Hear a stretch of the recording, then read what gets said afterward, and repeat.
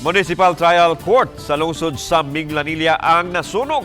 16 ang naangol samtang gitumbok nga nagsunod niini nakalas. Si Femari Dumabok sa report.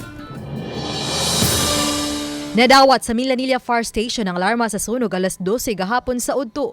Daling nakadako ang kayo tungod sa gingong mga papel o mga dokumento nga nangasunog sud sa buhatan. Hinungdan nga giisa sa third alarm alas 12:20 sa udto. Alas 12:55 na kini nadeklarar nga fire out. Ang maong buhatan at banglang sa Minglanilla Municipal Hall. Mas naalarma ang mga tao diyang ilang nasayran nga naapa sa sulod ang mga opisyal ug kawani sa korte nga gilak sa building samtang miulbo ang kayo.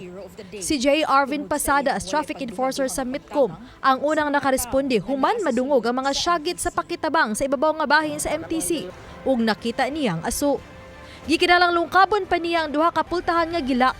Siyang pag-abli, misugat kaniya ang grabing aso ug ang mga kawani ug lakip na niini si Judge Wilson Ibunis.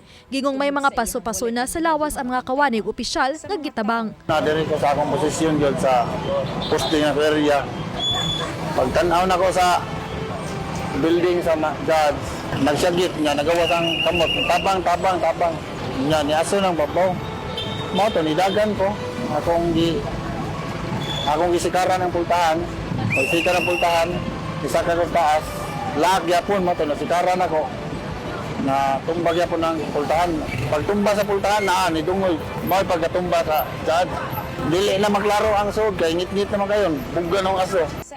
Matud pa sa inisyal nga pakisusi nga court employee ra usab ang nagsunog og mga dokumento sa sud sa dihang gibuyag na munal hinuon kini.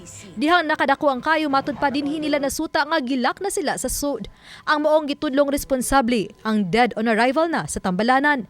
Apan matud sa Fire Marshal sa Minglanilla, Fire Senior Inspector Bernardito Baruel, nga padayon pa sa investigasyon, ilabi na sa pagsubay sa motibo niini. Wala pa rin na siya i-declare nga arson. Kaya we are still in the process pa to sa spot investigation. So to follow magkwanta sa mga affidavit of witnesses nga magtumbok yun nga mauna siya ang tawana, nagsunog yun ba. So karon nag-collect pa ta og information. Wa siya manumbaling sa kagalingon safety kundi ang kinabuhi nga pwede niya maluwas nga sud sa MTC. So, dugong Minglanilihanon, we're very proud to say our heart goes out to the victims, to Judge Ibones and the Fiscal Bascon and all the court employees nga affected. Nagdumili na sa pagbutyag si Mayor Rajiv Inad sa kahimtang sa mga nangaangol nga naapa karon sa Tambalanan. Samtang matud sa Fire Marshal nga moabot sa 16 ang nangaangol ug puros na dala sa hospital. Apan pasiunang tabang ang gipadangat na. Samtang mikatap ang mangsunog sa Post Office, Tourism Office, Youth Development Office ug sa Municipal Social Welfare Development Office. Inoon gahapon pa lang sa alas 2 sa hapon, balik na sa normal ang transaksyon sa munisipyo. Samtang kining bakanting buhatan pipila ka metro gikan sa Municipal Hall ang gamiton una sa mga apektadong buhatan. Samtang Integrated Bar of the Philippines Cebu City Chapter mikundinar sa tinuyong pagsunog sa MTC Minglanilla. Nanawagan ang IBP Cebu City Chapter sa pagpahigan og lawom nga pakisusi. Nanawagan usab kini sa ilang miyembro sa paghatag og tabang pinansyal alang sa mga nadangat sa Tambalanan. Uban ni Cleofer Lumayag ug Rod Prado, Femari Dumabok.